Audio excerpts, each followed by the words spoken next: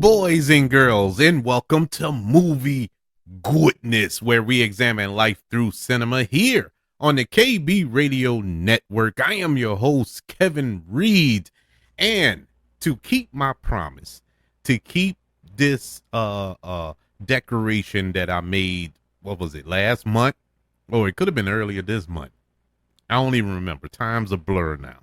But I decided since 1984 is one of my favorite years, just period. Not just in film, but period. This year in 2024, we were going to commemorate the year 1984 here on the KB Radio Network. And we started off with Doom, I believe. The very first Doom, or the original Doom that came out in 1984. And just so happens, another film is coming out this weekend that is based on a film. Well, not based, but it's a continuation of a film that came out in 1984. Yes, Ghostbusters. And the film that's coming out this weekend is Ghostbusters Frozen Empire, which looks very interesting. Looks pretty good, to be honest with you, at least special effects wise. That's what caught my eye in the trailer. I was like, man, the special effects in this film looks amazing. And that film was supposed to come out last year, but it was pushed back due to the writers and actors strike of 2023. So we are getting it this year, and it's a perfect, I think, release, being as though it marks the 40-year anniversary of the release of the original Ghostbusters, which graced the silver screen back in 1984. And so we're going to go through the entire Ghostbuster franchise. We're going to review every film from 1984's Ghostbusters 2, Ghostbusters reboot with the female cast. I think it's called Ghostbusters Answer the Call. It was redubbed that. But we're going to go through that, and Ghostbusters Afterlife, which is the Ghostbusters Frozen Empire, is the sequel to. It's the exception of Ghostbusters Frozen Kingdom because of Frozen Empire. I haven't seen it yet. We'll see it this weekend, and we'll review it, of course. But right now, we're just going to review those. And, hey, we may even dive into the animated series of the Ghostbusters. You had the real Ghostbusters. You had Ghostbusters that was based off of the films itself. It was a whole to-do with that, but we'll dive into all of that. But this franchise holds a special place in my heart because I remember watching this film back in 1984 and being in awe of the film. Number one, because it was a comedy, but it dealt with supernatural paranormal activities, so to speak, throughout the film, and it was heavy special effects, and those were a mix that you didn't see around that time. You know, a comedy with these high budget, big budget blockbuster special effects, and it just caught my attention. Like, wow, it was amazing how it was perfectly balanced, the mix of the comedy and the special effects and the scares and the dread. Because don't get it twisted, for a young 5-6-year-old Kevin Reed, I was terrified in some of the scenes in that film, and it still kind of shakes me in a couple of those scenes, especially regarding Sigourney Weaver in that apartment when the arms came out of the chair and drug her into the refrigerator or whatever, into the kitchen. That freaked me out. You know, the ghost at the beginning freaked me out. And so it was just a perfect balance of all of that, the horror and the comedy. And you had some awesome comedians to be in this film. But let's dive into what the Ghostbusters are all about. The Ghostbusters franchise consists of American supernatural comedies based on the original concept from creators Dan Aykroyd and Harold Ramis in 1984. The plot centers around a group of New York scientists who investigate, encounter, and capture ghosts, paranormal manifestations, demigods, and demons. The franchise expand with licensed figures, books, comic books, video games, TV shows, theme park attractions, and other original Ghostbuster themed products. And let us not forget that awesome theme song by Ray Parker. Uh, just the simplest song ever. I'm pretty sure. I'm pretty sure it took him all of 10 minutes to write Ghostbusters. Who are you gonna call? I'm pretty sure. it's, it's not that deep lyrically, but it is the greatest theme song to a film uh you're probably ever gonna hear on God's green earth. But let's dive into these films because we have a lot to go through, and TV shows as well, at least the animated series. And let's start off, of course, in honor of Ghostbusters, of course, but in honor of 1984, the 40-year anniversary of the release of Ghostbusters, which is the first film in this series. Is a science fiction comedy film about three New York scientists. After they were fired from Columbia University, they start their own business investigating and catching ghosts. The film stars Bill Murray, Dan Aykroyd, Harold Ramis, Rick Moranis, Sigourney Weaver, Annie Potts, and Ernie Hudson. It was released in the United States on June the 8th, 1984. The film was made for a whopping $30 million back in 1984, and that is a big number in 1984.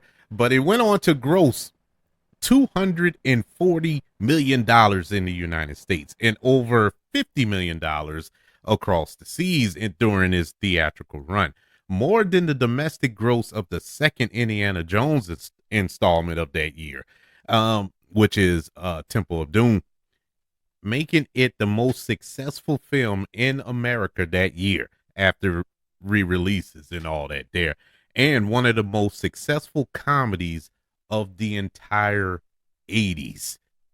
That's from 1980 to 1989. It is the most successful comedy of that decade. The American Film Institute ranked it 28th on its list of top 100 comedies of all time. IGN voted Ghostbusters the greatest comedy ever in 2005. The TV Bravo ranked Ghostbusters number 28 on their 100 funniest movies list in 2006. So let's go into the development of Ghostbusters back in 1984. It was inspired by Dan Aykroyd's fascination with, and believe it or not, his belief in the paranormal, which he inherited from his father, who wrote the book, The History of Ghosts. His mother, who claimed to have seen ghosts, his grandmother or grandfather, who experimented with radios to contact the dead, and his great grandfather, a renowned spiritualist. In 1981, Dan Aykroyd read an article on quantum physics and parapsychology in the Journal of American Society of Psychological Research, which gave him the idea of trapping ghosts. He was also drawn to the idea of modernizing the comedic ghost films from the mid 20th century by comics such as Abbott and Costello, Bob Hope, and the Brody Boys. Dan Aykroyd wrote the script, intended to star alongside, get this, Eddie Murphy and his good buddy and fellow Saturday Night Live alum, John Belushi. Now, this was prior to John Belushi's accidental death in 1982. So that was quickly 86. But Dan Aykroyd recalled writing one of John Belushi's lines while producer and talent agent Bernie Bilstein called to inform him of John Belushi's passing. He turned to another former SNL cast member, Bill Murray, who agreed to join without an explicit agreement, so to speak, not a contract, which is how he often worked. He doesn't do that. Bill Murray, he's a special cat. Let's just say that. Dan Aykroyd pitched his concept to Bernstein as three men who catch ghosts and include a sketch of the Marshmallow Man character he had imagined. He likened the Ghostbusters to pest control workers, saying that calling a Ghostbuster is just like getting rats removed from your home. Dan Aykroyd believed Ivan Reitman was the logical choice to direct the film based on his success with films such as Animal House and Stripes. Reitman was aware of the film's outline while Belushi was still alive at the time, and this version took place in the future with many groups of intergalactical Ghostbusters, and it felt it would cost something of $200 million to make in 1984, and so that wasn't in the cards. That wasn't going to happen. So Dan Aykroyd's original 70 to 80 page script treatment is more serious in tone and intended to be scary. So Ivan Reitman met with Dan Aykroyd at Alley in Los Angeles and explained that his concept would be impossible to make at the time. He suggested that setting it entirely on Earth would make the extraordinary elements funnier, and that focusing on realism from the beginning would make the Marshmallow Man more believable at the end of the film. So he also wanted to portray the Ghostbusters' origin before starting their business. After the meeting, they met Harold Ramis. Reitman had worked with Ramis on previous films and believed he could be better equipped at executing the tone he intended for the script than Dan Aykroyd. He also felt Ramis would play a Ghostbuster. After reading the script, Ramis joined the project immediately. Although the script required considerable changes, Ivan Reitman pitched the film to Columbia Pictures in March of 1983. They found the concept funny, but was unsure that the actual film would work. As a comedy, we've seen to have some limited profits from comedies in the past. That's what Columbia Pictures was saying. He said the film would take a big budget due to the special effects and the popular cast. Ivan Reitman reportedly said he would work with 25 to 30 million, and Frank Price, the executive at Columbia Pictures, agreed. And so as long as the film could be released in June of 1984. Reitman later admitted he made up that figure.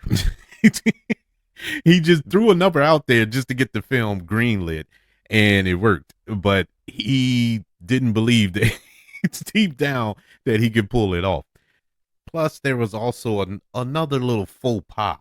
The title Ghostbusters was legally restricted because of the 1970s children's show, The Ghostbusters, owned by Universal Studios. Several alternative titles were considered. Here are a few of them: Ghost Stoppers, Ghost Breakers, and Ghost Smashers. None of that will work. None of that. So when Frank Price, who was the executive at Columbia Pictures, he had parted ways with Columbia early in the Ghostbusters production and became head of, guess what, Universal Pictures. At which point he sold Columbia the title for $500,000 plus 1% of the film's profits.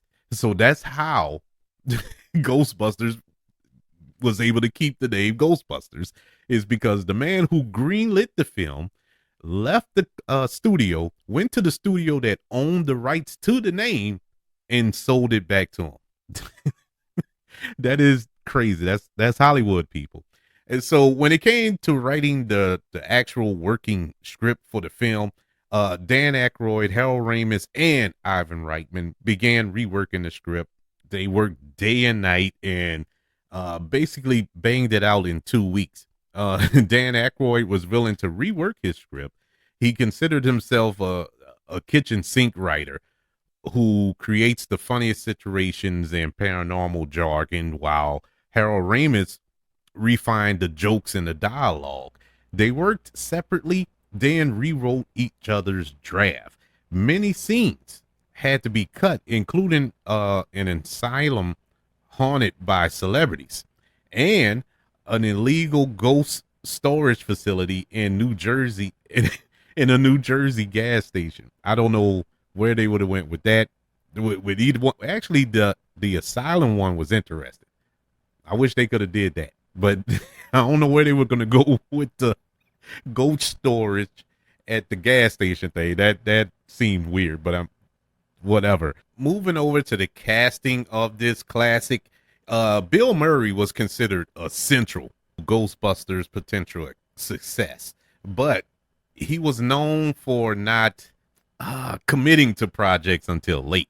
And so Frank Price, when he was at Columbia Pictures, agreed to fund Bill Murray's passion project, The Razor's Edge, believing if it failed, it would lose a little money, and hoping that the generosity would secure Bill Murray's commitment to the Ghostbusters.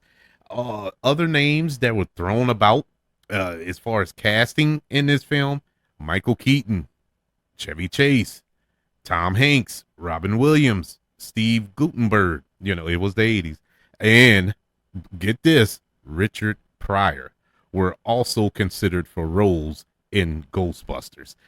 Christopher Walken, John Lithgow, Christopher Lloyd, Jeff Goldblum, and Michael Keaton were considered to portray Egon, a role that eventually went to Harold Ramis, who portrayed the character of Egon Spangler. Ernie Hudson auditioned not once, not twice, 5 times for the role of Winston. According to him, an earlier version of the script gave Winston a larger role as a Force demolitions expert with a elaborate backstory, he described. Excited by the part, he agreed to the job for half his usual salary. The night before shooting began, he received a new script with a greatly reduced role. Ivan Reitman told him the studio wanted to expand Bill Murray's part because they felt he was the bigger star. Dan Aykroyd said Winston the role that was intended for Eddie Murphy. Even though Ivan Reitman denied this, Dan Aykroyd says that was the role for Eddie Murphy. And if that was the truth, that role wouldn't have been cut down if Eddie Murphy would have gotten that role. Other names considered for that part were Gregory Hines and Reginald Van Johnson. Yes, from Family Matter, Mr. Winslow, and the Die Hard films. And I think about this a lot. If he would have got that role, in Ghostbusters, would we have gotten Family Matters? Well, we probably would have got it, but we wouldn't have got him. And we wouldn't have got him in Die Hard. And he was perfect in that movie. So it all worked out, I believe, in my humble opinion. For the role of Dana Barrett, there were a lot of actresses who auditioned for this role who later became superstars. Or they probably were superstars at the time. There was Daryl Hannah, Julia Roberts auditioned for the role, Kelly LeBrock, man. Oh man, you talk about 80s crush, Weird Science. Come on. Come on, people. But hey, it's understandable that they lost the role to Sigourney Weaver.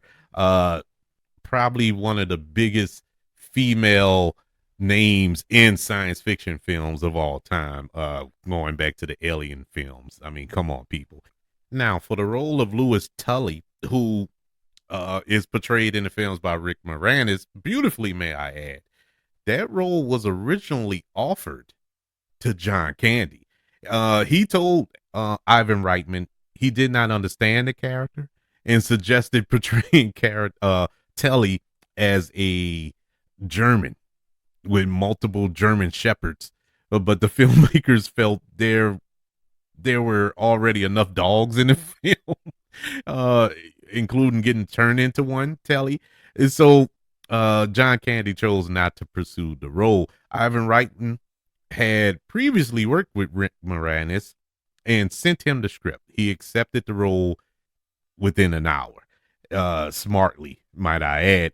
And last but not least, to round out the villain of this film, Gozer the Gozerian, uh, the filmmakers envisioned a business suit architect as that character, and the role was originally intended for, get this, Pee Wee Herman himself, Paul Rubens. Yes, he was the first choice to play Gozer, and he passed on the idea.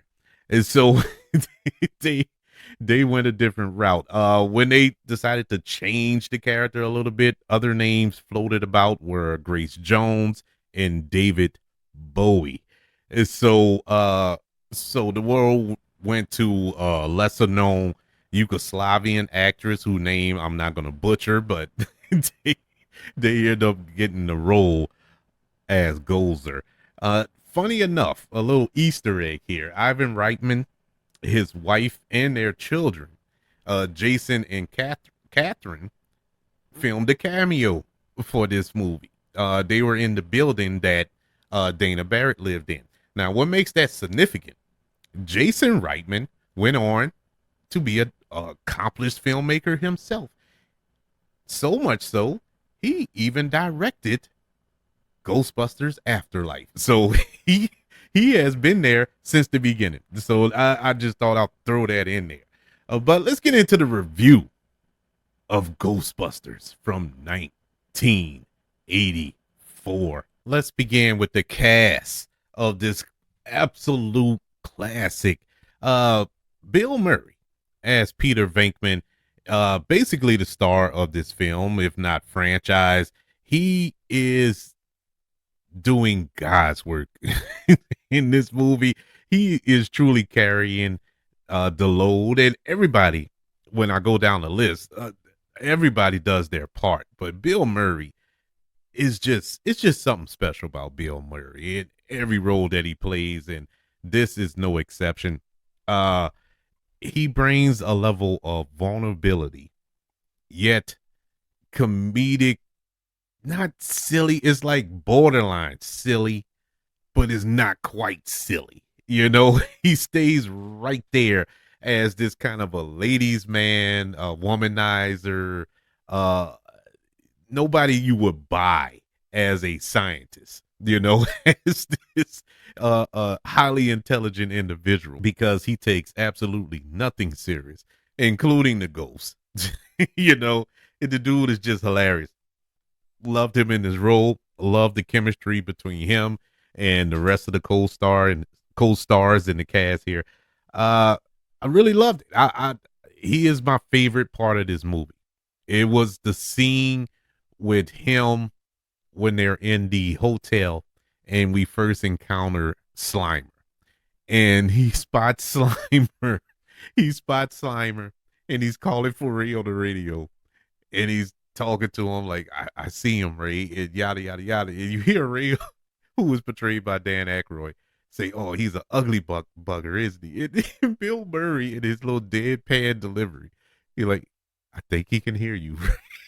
it was it was just something about the way he delivered those lines in this movie. It was like, mwah, chef's kiss, beautifully done. Uh, love the little chemistry between him and Sigourney Weaver here. I like their back and forth. I love their chemistry. I love how they had a relationship, or you saw a relationship growing out of these two characters through the performance. And it's one of those performances between two actors where you like, man, you wish you could see more of them in other films. Yeah, we saw them in the sequel, but I mean, other films and other, outside of this franchise, and because they were so good together. And so that's one of the downers, later on in life. But as far as this film, uh, they had great chemistry. Dan Aykroyd as Ray, uh, kind of took a back seat here. I felt, around this time, I've seen him in the Blues Brothers. I've seen him on Saturday Night Live. I've seen him in Doctor Detroit. Stuff like that. I, as the star of the film, and here it felt like he was taking a back seat, even though this is his baby. He's the one who created this Ghostbusters phenomenon that we are experiencing for the past 40 years. So, but as far as his character, his performance, it took a back seat, especially to Bill Murray. But that's no fault to anybody. It's just Bill Murray. And Sigourney Weaver, as I mentioned before, who portrays Dana in this film, loved her in this role. Loved her. Because once again, we've seen her in the past. We've seen her in Aliens. And did Aliens come out? No, Aliens didn't come out till after, but it doesn't matter. Anyways, loved her in this role. She doesn't play your typical quote unquote damsel in distress here. There was some weight to her character. Loved it. Loved it. Harold Ramis as Egon Spangler, the late great Harold Ramis, I may add. Loved his character. And what makes these Ghostbusters so amazing, all of them are different. And all of them are different and excellent in their own individual right. And Egon was the typical scientist. When you think of a scientist, that's Egon. you know, in every sense of the word. The way he talks, the way he dressed, the way he acts, straight up. He's just a scientist, a nerd, square, whatever, however you want to describe. And I loved his depiction here as Egon. Solely missed in the reboot, relaunch, or however you want to call it, legacy sequel that took place a couple of years ago with Ghostbusters Afterlife. But yet still, his presence is felt. That's how much of an impact this character has on the franchise. But we'll get to that when in a few minutes. Rick Moranis as Louis Tully. Rick Moranis, look, I love John Candy, God rest his soul. And it would have been interesting to see him as this character. But Rick Moranis is this character. Straight up funny. I mean, hilarious. Every scene that he's in, he's hilarious. Even when he's possessed, he is still hilarious, but it fits. He isn't the same funny when he's possessed. You understand? He is a different type of funny. But nonetheless, they did a great job of giving you just enough of Rick Moranis in this movie. It's not too much. It's not to the point where you're like, man, I want to see more of him. It was just the right amount. And perfect. Perfect. Because too much of this character, it gets old real quick. Annie Potts, who I know from Designing Women. Yes, I used to watch Designing Women. Yeah, because my mom watched Designing Women, and so I watched it. I love that show. Delta Burke and all them on there. But anywho's, loved her as the character of Janine. William Alderton as Walter Peck, who we're going to see again in Ghostbusters Frozen Empire. He returns. I don't know in what capacity, but I saw him in the trailer. So there's no spoiler there, but it's good to see him return. William Alderton is the prototypical 80s douchebag. He is just a complete I don't know, man. I can't describe it. He is so he just has a punchable face. That's all I can say. He is the one you want to punch in every movie. Even though he isn't the villain of the film, he would still be the one you want to punch before the villain. I.e. Ghostbusters, Die Hard, just every movie that he popped up in the 80s, he just played this character that was so annoying and so pompous, and you just wanted to punch him in the face. And thank God for Bonnie Bonetta, who did it in who did it in Die Hard at the end of the movie. Beautiful, beautifully done. But in this film, he is worse. I think he's worse in this film, and I'm saying worse as in good, not worse as in acting wise. Uh, Worse in the fact that you wanted to beat him half to death. You wanted the Ghostbusters to trap him and put him in the echo chamber, but he was so aggravating as a character, and just the villain. It got to the point you didn't care about the ghost. Let the ghost take over the world. Get him. That's how much of an impact that character had on this film. Ernie Hudson, and as you can see, he's the last name that I'm reading here because that's the last name they have listed here, and he's one of the Ghostbusters who portrays Winston Vandermoor. It is messed up, bruh. It is messed up what they did him in this film. I mean, as far as his acting, it was great. He did a good job as Winston, but when you find out the truth that at the end of the day, and this is for a number of actors and actresses who play certain characters in films. If you knew who was initially considered for the role, it would blow your mind. So to know who was actually considered for this role, i.e. Eddie Murphy, you can't help but think how Eddie Murphy would have took this role to a different plane. It probably would have took the movie over, but once again, if Eddie Murphy would have took the role, would we have gotten Beverly Hills Cop? Will we have gotten Coming to America and stuff like that, if he was committed to this franchise? So once again, it worked itself out at the end. But as far as Ernie Hudson, if you notice the original poster for Ghostbusters in 1984, even though there are 4 Ghostbusters in the film, there's only 3 Ghostbusters on the cover. That is Dan Aykroyd, Bill Murray, and Rick Moranis. There's no Ernie Hudson on the poster. That is messed up. That is messed up.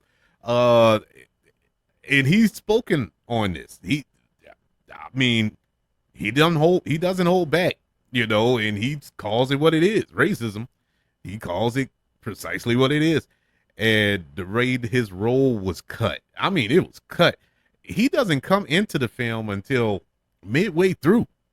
They have already been busting ghosts and everything, and he just pops in looking for a job, and they hire him. It's like, whatever. It's crazy the way that played out. That's one of my bugaboos about that movie. I don't have many flaws with Ghostbusters, but that's my biggest. The way they treated that character. No, not because he's the black character, the only black character in this movie. No, that has nothing to do with it. It's just, it's Ghostbusters. The other 3 Ghostbusters got an origin or a backstory. We knew nothing about Winston in this movie. He just popped up looking for a job, and voila. It's upsetting. It was upsetting. But he did a decent job for what he was given. The story worked. The story worked perfectly. I'm glad that they stepped in and made the changes that they made, from Dan Aykroyd's original concept of the film. It needed to be kind of toned down, and it was. It was kind of toned down. Kept it in New York City. You really felt New York City in this film. You felt the people. You felt the dread when it needed to be felt. The comedy was there when you needed to laugh. Uh, Everything worked from the opening scene, from the scene in the library where they find that ghost in there and uh, they scream, "Get her!" And it turns around and the skeleton face comes and all that. It's like, oh man, this is awesome. I like this. And from the scene I mentioned earlier with Slimer, sliming Peter Venkman, that worked. The scene where of course, the Stay Puff Marshmallow Man. That was awesome. That came out of nowhere. Well, I mean, who who thinks of that? Well, none other than Dan Aykroyd. He comes up with the giant Stay Puff Marshmallow Man.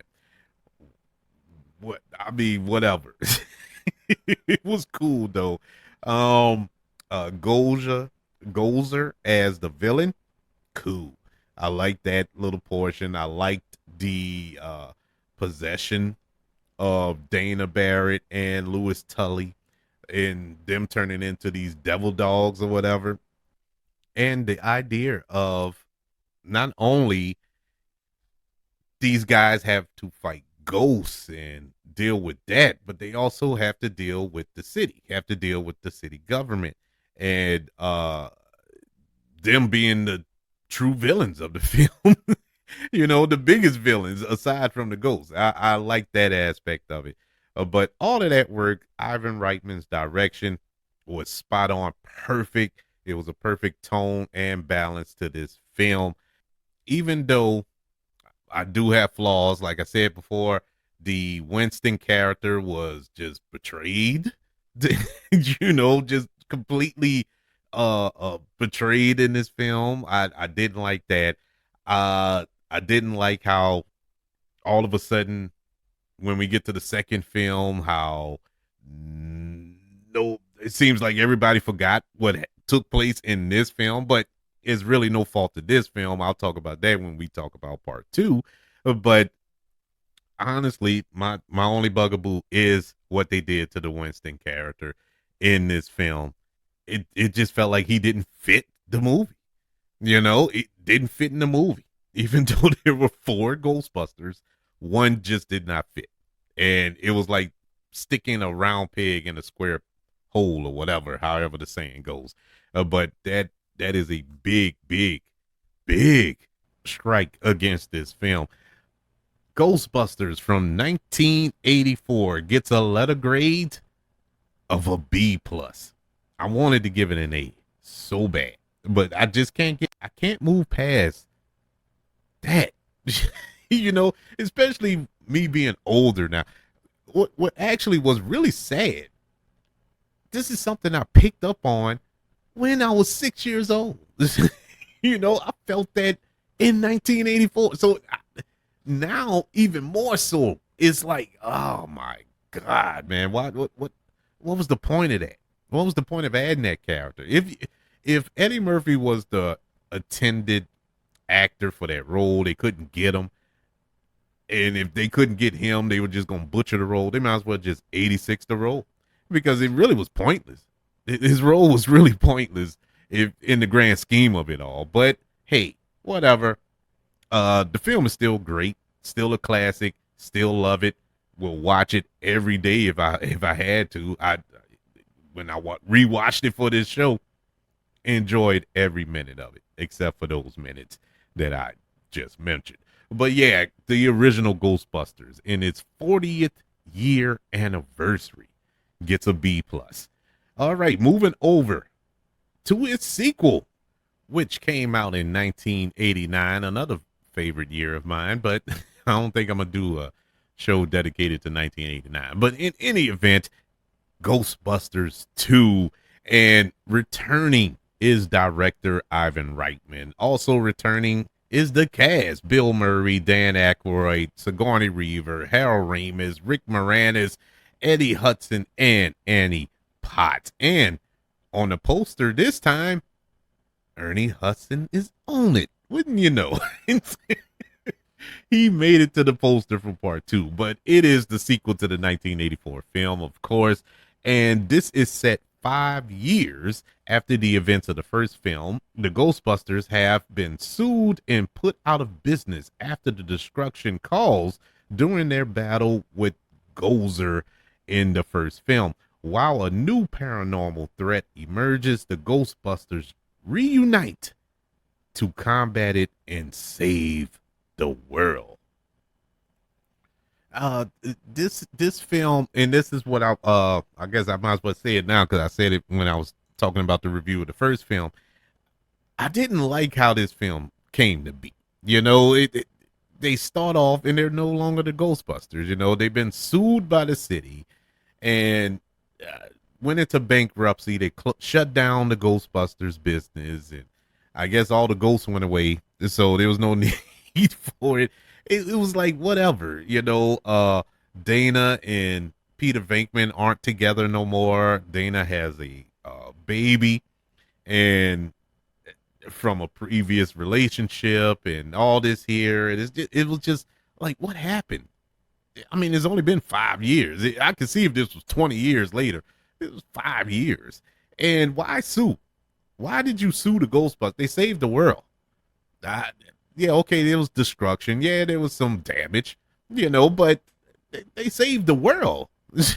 You know what I'm saying? It's kind of silly from that aspect when you really think about it. But whatever. But it's silly, but not out of the realm of possibility. We are talking about the government here. And so it's a possibility that this could happen. I just didn't like it.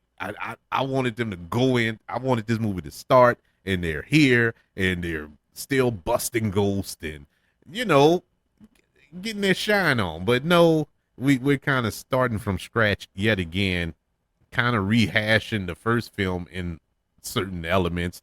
But when the film starts, we find Ray. He now owns a bookstore, which comes down to play in later films in Ghostbusters Afterlife. He still owns that bookstore. And of course, no longer working as a Ghostbuster, but he works side jobs with Winston, who is a child entertainer. They work parties, as the Ghostbusters where they sing and dance. You got Egon, he works in a lavatory. You got Peter Venkman, he's a talk show host, and he talks to psychics, and it's this whole thing. It's just silly. It's really silly. Dana, she has an infant son named Oscar. Her ex-husband, who she had with her ex-husband. We never find out who the husband is, but that's besides the point. But she works at this art museum now, restoring artwork, and this is something that's never been set up. She was a musician in the first film, so how you go from that to working in the art museum, I don't know. But cool. We'll roll with it. So the big bad in this film is Vigo the Carpathian, and he is this 16th century tyrant and a powerful magician, and he's trapped in his painting, and it comes to life, and he enslaves the curator at that art museum that Dana works at, and it was all right. All those elements were cool and all, but whatever. The cast was the cast. It's the same. Nothing new here. There was nothing new about this movie. I think that's why this movie, quote unquote, failed. Even though it made money, it didn't bomb. It just didn't capture the magic of that first film. It didn't have that pop of the first film. The special effects was nice. It was good. It was good to see the Statue of Liberty walking. They got that to walk down the street and all, but I mean, the villain wasn't really menacing because he was stuck in a painting for 90% of the movie. So it was nothing about that character that was threatening. I never felt threatened by that character throughout the film, and he could have been. He could have been a menacing character, but they sacrificed that, and it just didn't work for me. Only to possess, because the whole brouhaha was for he needed to possess a young child, and of course, we have the ultimate young child in Dana Barrett's baby, and so he wanted to possess the baby and all this here. All right, all that's good in theory, but it just wasn't executed right, and it was what it was. At the end of the day, it was a sequel. you know, it was a sequel. It wasn't horrible. I'm ragging on it. It wasn't horrible. I like the performances. I like Bill Murray, Harold Ramis, Ernie Hudson, Dan Aykroyd. Rick Moranis had a little lengthier role in this film. Not once again, wasn't used overly to, it was the right amount. It gave him a little more to chew on in this film. But ultimately, uh, the film didn't 100% work. Ghostbusters 2, released in 1989, gets a letter grade of a B minus. It was, eh, it's all right. It's all right. It's not the worst Ghostbusters film that we've seen. And we're about to get to that next. After Ghostbusters 2 kind of underperformed, uh, didn't really move the needle as far as the Ghostbusters franchise, they tried to get a third Ghostbusters film off the ground for years. And it was it was stuck in development hell. Uh various stages. Various stages they were trying to get this film off the ground. Because of the original cast member Bill Murray refusing to commit to the project, they've had multiple scripts, multiple directors approach. No moving on Bill Murray. He did not want to do a third film, and they couldn't move without Bill Murray. It's so they got kind of close. They got kind of close to getting a third one done, and we got the death of Harold Ramis in 2014. And so Sony Pictures decided, you know what, we're going to reboot the series instead. Ghostbusters from 2016. It was also marketed as Ghostbusters Answer the Call. And it was directed by Peter Feig, who is a pretty decent director. Pretty decent. You might say above average, even. Bridesmaids, The Heat, Spy. He's made some really good films, really good, funny films. And so when he signed on to direct, I was all on board. I'm like, yeah, okay, this is gonna be funny. We're gonna get that same funny feel, yet have ghosts and supernatural elements involved. With Peter Feig's, Paul Feig's, involvement in this film, you automatically knew that this was going to go to a female based cast. Like I listed some of his filmography. He is very prevalent in female driven films, Bridesmaids, for example. And so when he took over this project, figured it was going to be a female heavy cast, which I wasn't mad at. And when they announced the cast, I was like, man, this is going to be awesome.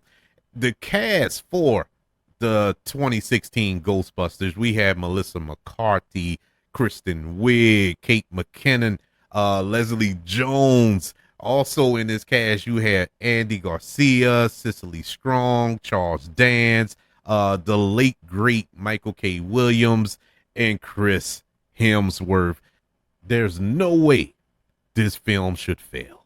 There's no way this film will fail, right?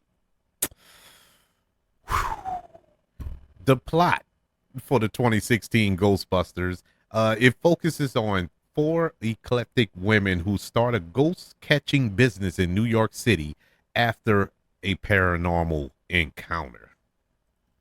This movie really disappointed me. I mean, I was really hurt by this.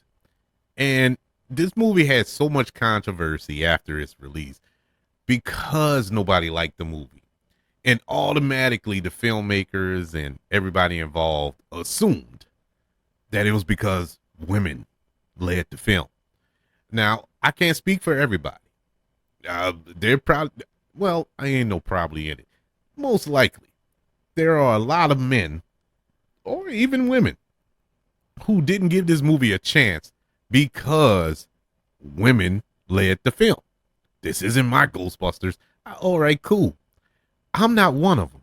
I didn't care that there was women in the lead roles. What I cared about is the fact that we completely, and I mean completely, disregarded the first two Ghostbuster films. Now, I understand this is a reboot, but at the same time, you brought back those characters in the film. Well, they didn't play, Peter Venkman. They didn't play Ray. They didn't play Winston. And by this time, God rest his soul, Harold Ramis passed away. So you didn't have Egon. But they had cameos in the movie. You even had Sigourney Weaver have a cameo in this movie as a different character and all this other stuff to kind of quote unquote pay homage to the original. It was dumb. It was pandering, fan service, and it was stupid. They played no part. They played no role, had no purpose in the film. The best part of this movie was Chris Hemsworth, but he was in a different movie. He was he was super hilarious, funny as I don't know what. Really loved his character. The villain in this movie was useless. It was just a dumb plot. It was dumb. It was really dumb. Let's break down the cast. There are some good elements in this movie. The cast. I liked everybody in this cast. Melissa McCarthy. And as much as Melissa McCarthy is the same character in every single movie, I actually liked her in this movie. And she was the same character as she is in every other movie that she plays. But I liked her in this movie, at parts. In other parts, it felt like this movie wasn't written. Like it was completely ad-lib throughout the film. That's the way it felt. And nothing worked. Nothing matched. Nothing flowed. And the character suffered from it. It suffered because in elements there were no chemistry between the four actresses. Some scenes it worked, some scenes it didn't. It was just all over the place. And as the quote unquote lead of the film, Melissa McCarthy, she really took a hit on this. Kristen Wiig, she was all right. She was all right.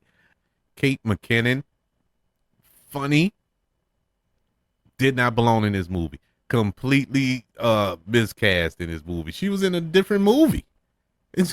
She was in a completely different movie. I don't know what the direction was for her character. It was silly, completely silly. Leslie Jones also didn't work in this film. It's and you know what's sad? I love all of these actresses. I love them on SNL. I love them when they were on SNL. Loved them, and that was the problem with the film.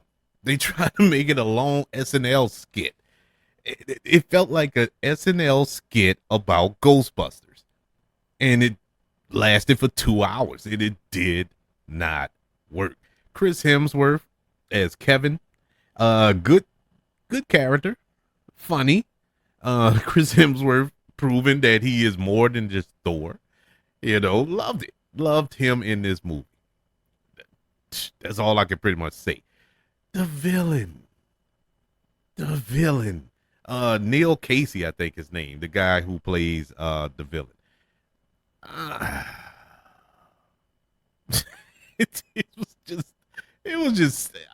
It just did not work in no aspect of this film.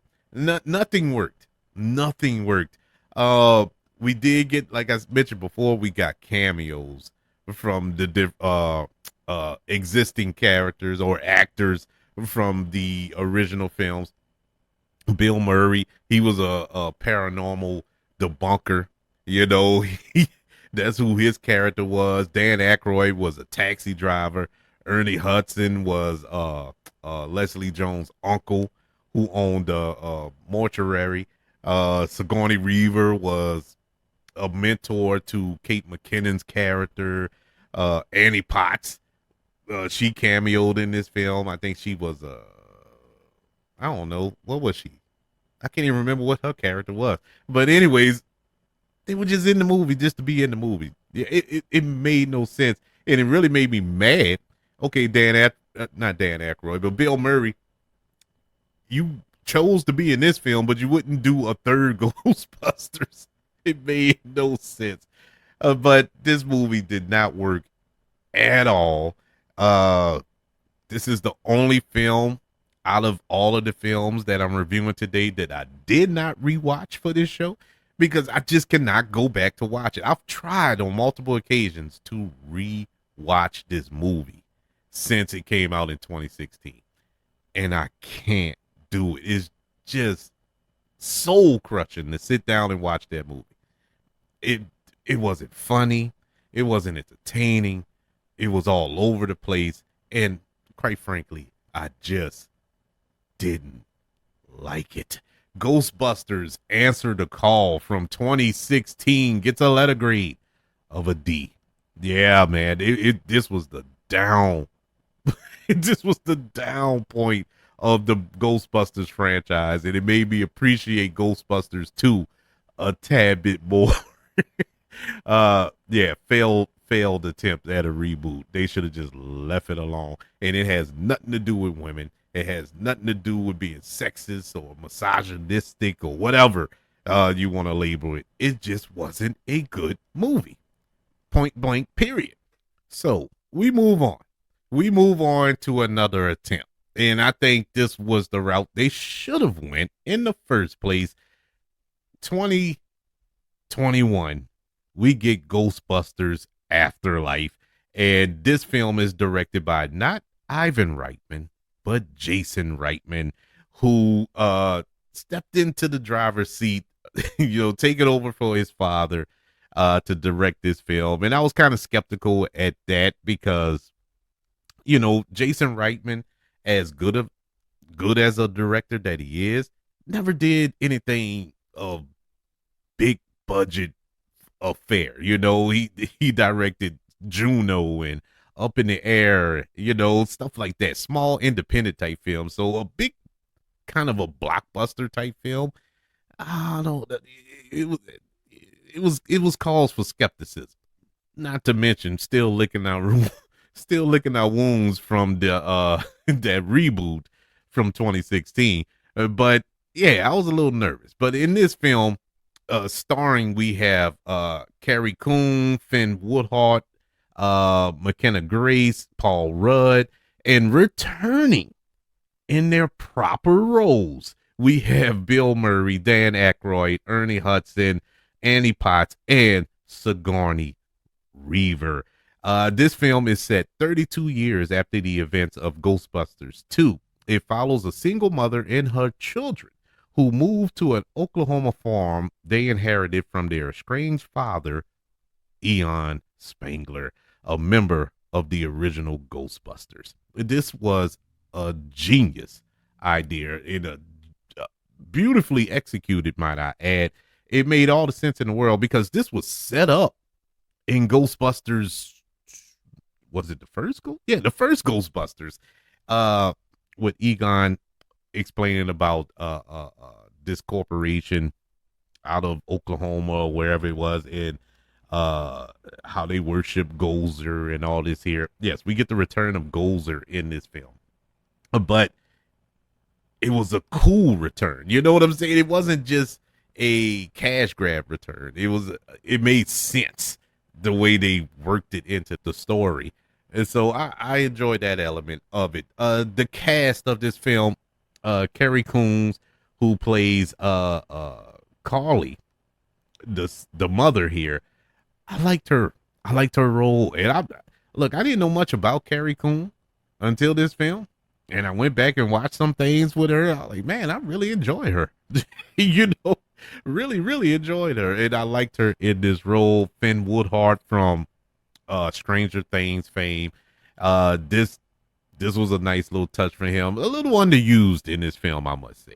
The character felt a little underwritten, for my taste, but it is what it is. I think they just wanted to focus more on the Phoebe character, who was portrayed by McKenna Grace, but who is a spot on clone of of Harold Ramis. I felt like, man, they really did her up to make her look like Harold Ramis or Egon in this film. A little small female version of Egon, and she was perfect.